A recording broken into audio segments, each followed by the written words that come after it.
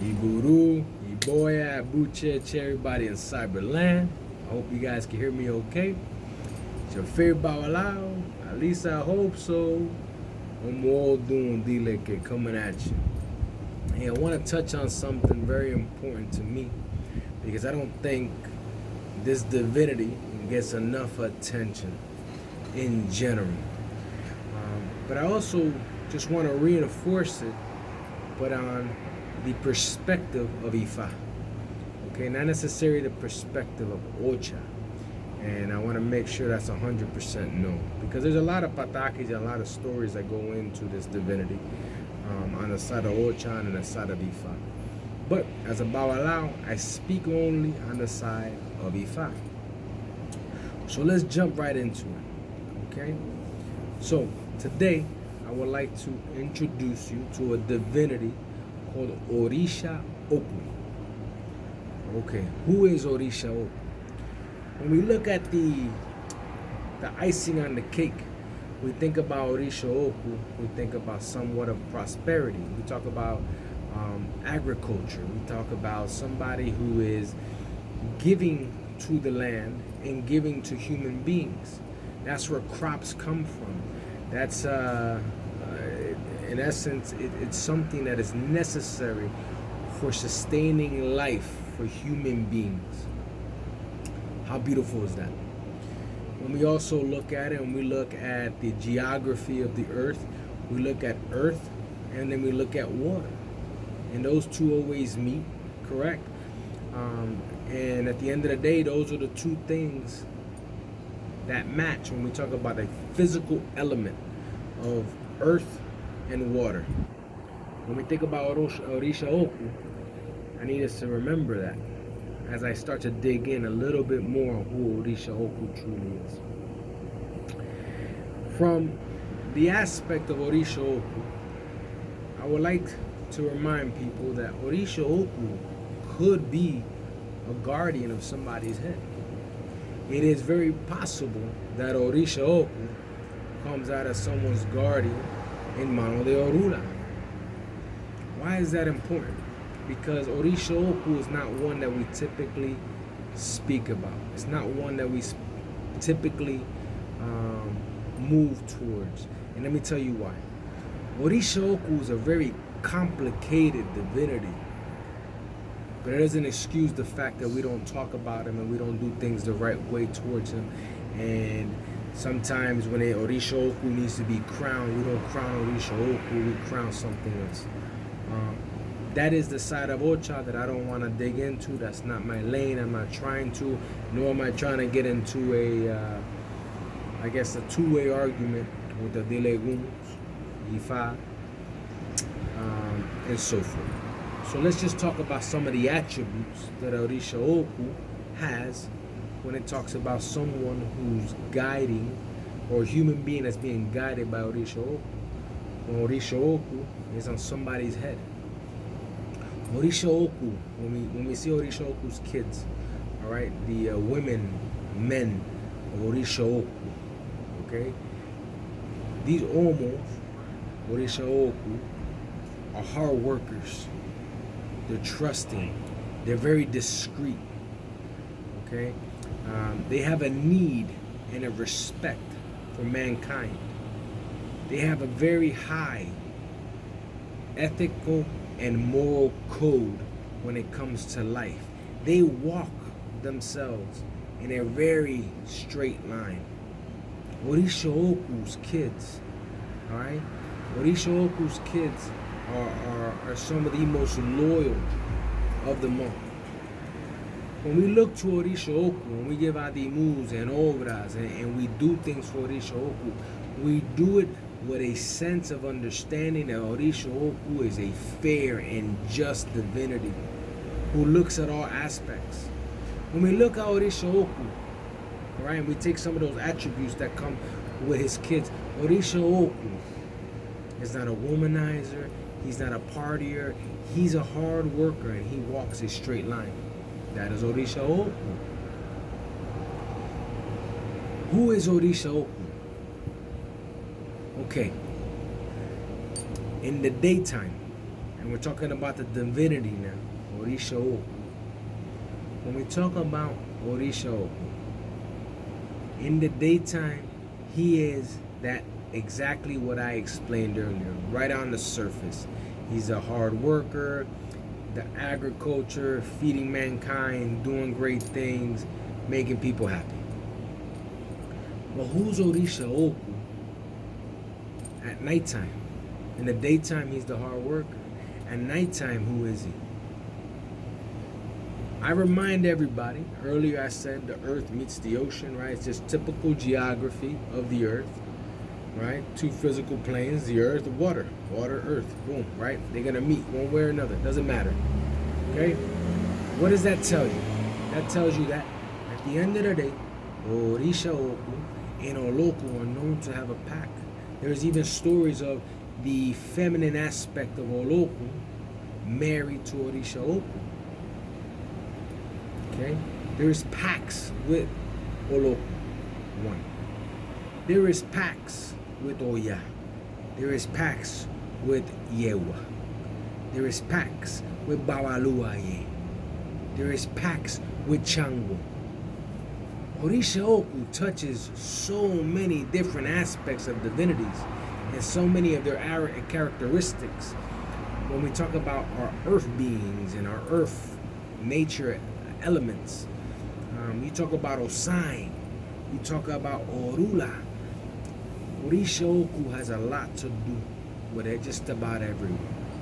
But let's talk about again. I mentioned the night aspect of Orisha Oko. Orisha Oko is known in Africa as the owner of the hole, right? When you tear open the hole, right, and you make a hole in the earth, you are starting to invoke an aspect of Orisha Oko, who's the dirt, right? When a plow goes through and it starts cropping and it starts making those holes for the seeds, right? You are creating an aspect of Orisha Oko and his attributes. So why is that important at nighttime? Because we bury our dead through Orisha Oko. Okay? Yewa takes those bodies where Oya receives them, and where Babaluaye, through guidance of Oya, takes them to Orisha Oko, which tells you to, again, to pack with the muerto. Orisha Oko, a beautiful being in the day, and at nighttime disguised as Iku and doing work with the Eguns, and those are Orisha Oko. Orisha Oko, just like all divinities, have a positive and a negative aspect to them. Now, I'm not saying the negative aspect is at night. I'm just saying there's a balance between day and night. I'm saying he's doing some dirtier work at nighttime, or he's doing some wonderful, beautiful things in the daytime. Now, at the nighttime, that's a necessary something that needs to be done. Our dead must be buried. Our eguns must move over. They must rest in peace. That's Orisha Oko. So I begin to think about a pataki. Okay, a pataki particularly that comes out, and I don't want to get it wrong because I do a lot of research, and this is where I get a lot of my information. But then you start looking in the pataki, Olbedi.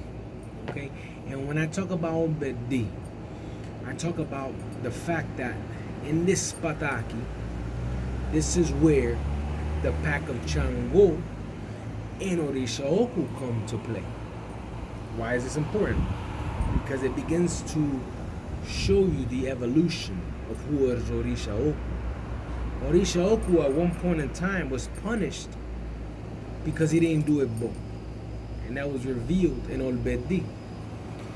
And the story goes that there was a great war. And Chango, being a war-bounding divinity, a king of kings, wanted to always conquer and always fight and always push. And Orisha Oko in this pataki is Chango's brother.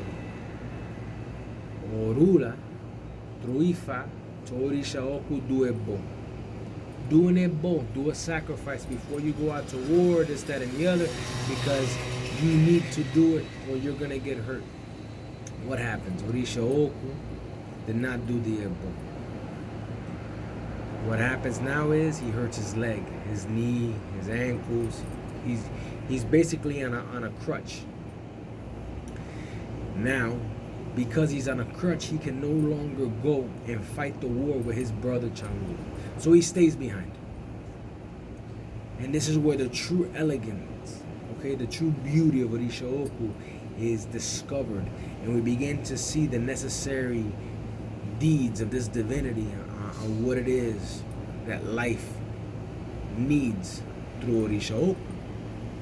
So Chango goes out, he's fighting his battles, and finally when there's no more lands to conquer, he comes back and he notices that the town is throwing a parade and everybody's excited, but his brother was with them. Orisha Oko was with him, and him thinking that the parade was for him and then finally realizing that it wasn't for him, it was for Orisha Oko, made him realize what was the problem.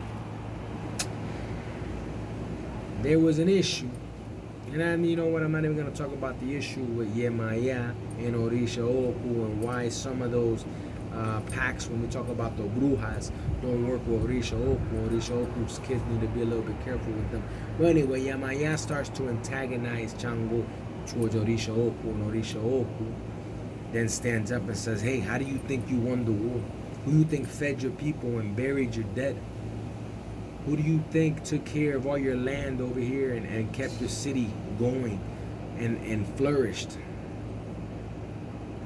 Who do you think made all your clothes from the animals that were able to eat from the ground and grow and get big and get that leather and so forth? The ground that brought the rocks and the stones and to make your swords and whatnot. So at that very moment is when Chango, out of rage, almost hit his brother. But Olbedi is why the Pataki Olbedi is where this originates from. Was the war, was the Babalao, that town, that city, that area that stood up and told Chango, wait. Listen to what your brother is saying. Okay, because although he was on a crutch and although he could not fight the war with you, he served a purpose for mankind and a purpose for you and your people and your army to go do what they needed to do. Chango, realizing that, did something that he rarely does. He made a pact with Orisha Oko, telling him that, you know what, no matter what, strong or not, you are just as strong as me and just as courageous as me, and I appreciate you for everything that you've done. And he then, Oduara, he gave him, okay, from the skies, shot down a lightning bolt and gave him that power of lightning as well. Okay, that power of Oduara is something that Orisha Oko's kids have intact. The ability to still be war-bound because they have the power of Chango with them, the pack of Chango with them. So with that, that's Orisha Oko. Orisha Oko does things in the day and at night and beautiful patakis. Orisha Oko is life. Okay. Now, Aye is the earth. Okay, Aye is the earth. Let's not get that confused with Orisha Oko, who is the earth, physical aspects of the earth. The earth as a whole is something different. The tierra, the earth, the dirt, that's Orisha Oko.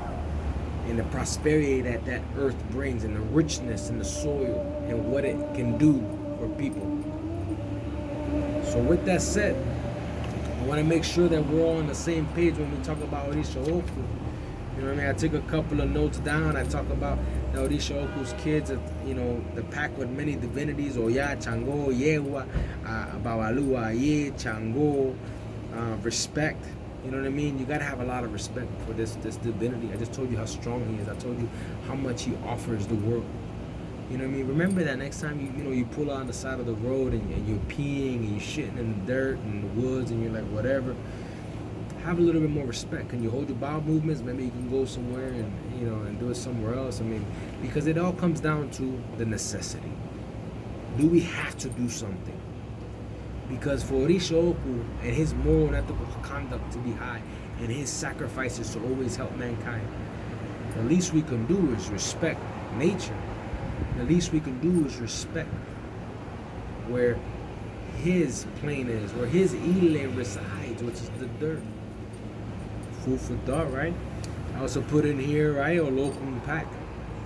I talked about that.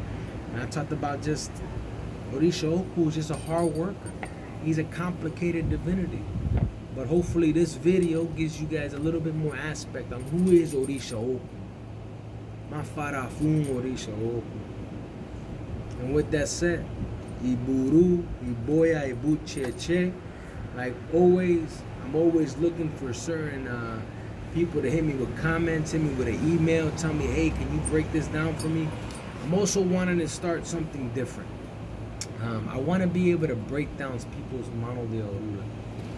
Okay, and I may do a video on that, on why I want to do that and why I want to let people grow into their ita. But if you have any ideas, you got signs and stuff like that, it does take me a couple hours to draft up a paper, but we'll work it out. But shoot me an email. La Regla de Ifa at Gmail. So that's la.regla.de.ifa at gmail.com. As always, I'm here for you. Your favorite Bawalao, always and forever. At least I hope so. Stay tuned, share, like, do all those little button clicks. Alright, Iburu, Iboya, Bucheche, and I cheer to you all. Many blessings. You guys have a great night.